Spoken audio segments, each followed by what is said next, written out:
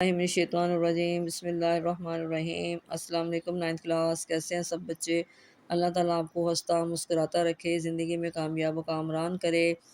جی بچوں، آج ہم اسلامیت لازمی میں آپ کا ٹاپک آج پڑھیں گے حضرت محمد مصطفیٰ خاتم النبیین صلی اللہ علیہ وسلم کی سخاوت و ایثار۔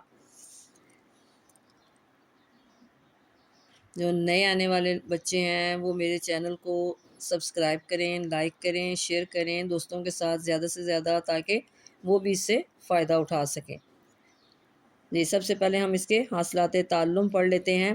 اسوہ نبوی سے سخاوت ایثار کی مثالیں جان سکیں، سیرت طیبہ سے سخاوت ایثار کے مختلف صورتوں مالی، بدنی اور علمی کے متعلق آگاہ ہو سکیں، رسول اللہ خاتم النبیین صلی اللہ علیہ وسلم کی سیرت میں اہل بیت اطہار رضی اللہ تعالیٰ عنہم، صحابہ کرام رضی اللہ تعالیٰ عنہم کی سخاوت و ایثار کی ترغیب و تلقین کے واقعات سے آگاہ ہو سکیں، معاشرتی زندگی میں سخاوت و ایثار کے فوائد کا جائزہ لے سکیں، معاشرتی فلاح و بہبود کے لیے سخاوت و ایثار جیسی صفات کو اپنا سکیں، اسوہ حسنہ کی روشنی میں رسول اللہ خاتم النبیین صلی اللہ علیہ وسلم کی سخاوت اور ایثار کو سمجھ کر اپنی عملی زندگی میں شامل کر سکیں، سخاوت اور ایثار جیسی صفات کو روزمرہ زندگی میں اپنا کر معاشرے کی ترقی کا باعث بن سکیں۔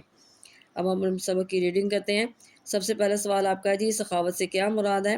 سخاوت کا معنی کھلے دل سے خرچ کرنا۔ اللہ تعالیٰ نے انسان کو جو مال عطا فرمایا ہے، اس میں سے اللہ تعالیٰ کی خوشنودی حاصل کرنے کے لیے اس بندے پر مال خرچ کرنا سخاوت کہلاتا ہے۔ یہاں تک آگے جی ایثار سے کیا مراد ہے؟ انسان اگر اپنی ضرورت اور حاجت کے باوجود خرچ کرے تو یہ بہترین سخاوت ہے، اسی کو ایثار کہا جاتا ہے۔ آگے جی سخاوت کے مختلف طریقے بیان کریں۔ سخاوت کے مختلف طریقے ہیں، مثلاً فقراء مساکین کو کھانا کھلانا، یتیموں کی پرورش کرنا، بیواؤں کی مالی مدد کرنا اور عوامی فلاح و بہبود کے مختلف امور انجام دینا۔ آگے جی اللہ تعالیٰ نے ایثار کرنے والے لوگوں کو کامیاب قرار دیتے ہوئے کیا ارشاد فرمایا؟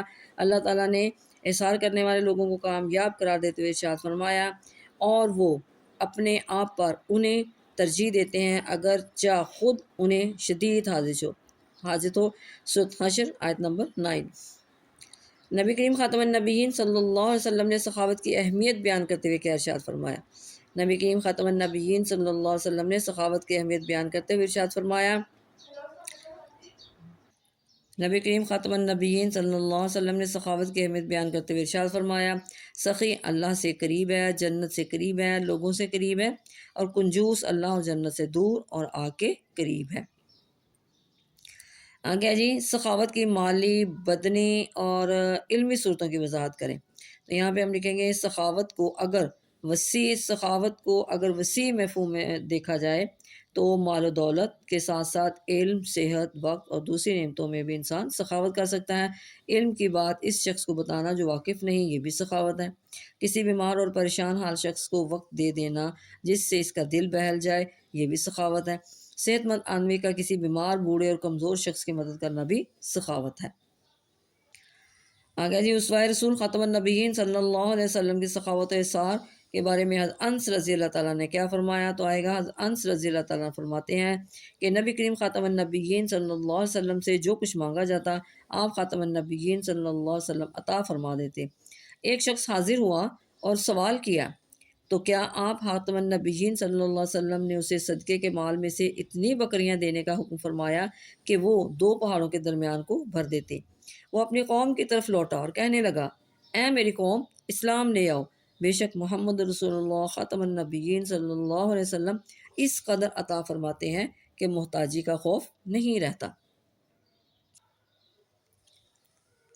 ایک مرتبہ رسول اللہ خاتم النبیین صلی اللہ علیہ وسلم کے پاس ایک شخص نے آ کر کہا، میں بھوکا ہوں۔ آپ خاتم النبیین صلی اللہ علیہ وسلم نے اپنی کسی زوجہ کے پاس مہمان کے کھانے کا انتظام کا پیغام بھیجا۔ انہوں نے کہا، اس ذات کی قسم جس نے آپ خاتم النبیین صلی اللہ علیہ وسلم کو حق دے کر بھیجا ہے، میرے پاس پانی کے سوا کچھ نہیں۔ پھر آپ خاتم النبیین صلی اللہ علیہ وسلم نے دوسری زوجہ مطہرہ کے پاس پیغام بھیجا۔ انہوں نے بھی اسی طرح کہا، حتیٰ کہ سب نے اسی طرح کہا۔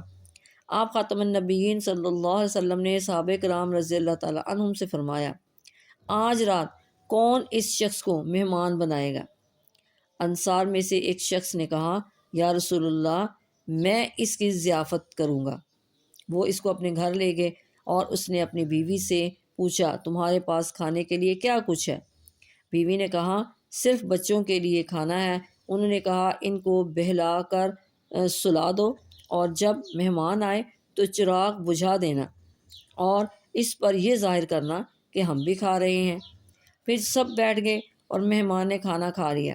جب صبح ہوئی تو وہ صحابی نبی کریم خاتم النبیین صلی اللہ علیہ وسلم کے پاس گئے تو آپ خاتم النبیین صلی اللہ علیہ وسلم نے فرمایا تم نے جس طرح رات کو اپنے مہمان کی ضیافت کی ہے اس سے اللہ بہت خوش ہوا ہے۔ یہ صحیح بخاری میں اس کی تفسیر ہے۔ آگے جی، نبی کریم خاتم النبیین صلی اللہ علیہ وسلم کی سخاوت کا کیا عالم تھا؟ اس میں لکھیں گے جی، نبی کریم خاتم النبیین صلی اللہ علیہ وسلم کی سخاوت کا یہ عالم تھا کہ بعض اوقات اگر آپ خاتم النبیین صلی اللہ علیہ وسلم کے پاس کچھ بھی نہ ہوتا اور کوئی مانگنے والا آ جاتا تو اپنی ضمانت دے کر مطلوبہ شے کسی سے لے کر حاجت مند کی ضرورت پوری فرما دیتے۔ اچھا جی، یہاں پہ آئے گا جی، نبی کریم خاتم النبیین صلی اللہ علیہ وسلم کی سخاوت کی ایک مثال تحریر کریں۔ تو یہاں پہ آئے گا ایک شخص آپ خاتم النبیین صلی اللہ علیہ وآلہ وسلم کی خدمت میں حاضر ہوا، کسی چیز کا سوال کیا تو آپ خاتم النبیین صلی اللہ علیہ وسلم نے ارشاد فرمایا اس وقت میرے پاس کوئی شے نہیں، ہاں تم میری ضمانت پر اپنی مطلوبہ اشیاء خرید لو، جب ہمارے پاس کچھ آ جائے گا تو ہم اس کی قیمت ادا کر دیں گے۔ یہاں تک آئے گا۔ ایسا کبھی نہیں ہوا کہ رسول اللہ خاتم النبیین صلی اللہ علیہ وسلم سے کوئی چیز مانگی گئی ہو اور آپ خاتم النبیین صلی اللہ علیہ وسلم نے کبھی انکار کیا ہو۔ نبی کریم خاتم النبیین صلی اللہ علیہ وسلم اپنے قول اور عمل میں نہ صرف سخاوت کا خود ایک نمونہ تھے بلکہ آپ خاتم النبیین صلی اللہ علیہ وسلم اہل بیت رضی اللہ تعالیٰ عنہ اور صحابہ کرام رضی اللہ تعالیٰ عنہ کو سخاوت اور احسان کی ترغیب و تلقین بھی فرماتے تھے۔ اچھا جی، یہاں پہ جی سخاوت غزوہ تبوک کے موقع پر صحابہ کرام رضی اللہ تعالیٰ عنہ نے کس طرح سخاوت کا مظاہرہ فرمایا۔ یہاں پہ آ گئے صحابہ کرام رضی اللہ تعالیٰ عنہ دیوانہ وار آپ خاتم النبیین صلی اللہ علیہ وسلم کی ترغیب پر اپنا مال و اسباب آپ خاتم النبیین صلی اللہ علیہ وسلم کے قدموں پر ڈھیر فرماتے تھے۔ غزوہ تبوک کے موقع پر آپ خاتم النبیین صلی اللہ علیہ وسلم نے کیا ارشاد فرمایا؟ غزوہ تبوک 9 ہجری کے موقع پر آپ خاتم النبیین صلی اللہ علیہ وسلم نے فرمایا آج کوئی ایسا شخص ہے جو لشکر کی تیاری میں میری مدد کرے تو میں اس کو جنت کی بشارت دیتا ہوں۔ یہاں پہ آئے گا ابو بکر صدیق رضی اللہ تعالیٰ عنہ کی سخاوت کے بارے میں کیا ارشاد فرمایا؟ تو آئے گا ابو بکر صدیق رضی اللہ تعالیٰ عنہ نے اپنا سب مال و اسباب آپ کی بارگاہ میں نچھاور کر دیا، اور حضرت عمر فاروق رضی اللہ تعالیٰ عنہ نے گھر کا نصف مال پیش کر دیا، اور حضرت عثمان غنی رضی اللہ تعالیٰ نے سینکڑوں اونٹ، گھوڑے اور اشرفیاں بارگاہ رسالت میں پیش کر دی۔ یہ تھا صحابہ کرام کی سخاوت۔ آگے جی، اہل بیت طہار رضی اللہ تعالیٰ عنہ سخاوت اور احسار کو کس طرح بیان کیا ہے؟ تو اس میں آئے گا اہل بیت طہار رضی اللہ تعالیٰ عنہ سخاوت اور احسار و قربانی کا پیکر تھے۔ ایک بار سیدہ فاطمہ الزہرا رضی اللہ تعالیٰ عنہ علی مرتضیٰ رضی اللہ تعالیٰ عنہ روزے سے تھے کہ افطار کے وقت سائل نے دستک دی کہ وہ بھوکا ہے تو سب کچھ اس کو عطا کر دیا اور خود پانی سے روزہ افطار کر کے اللہ کا شکر ادا کیا۔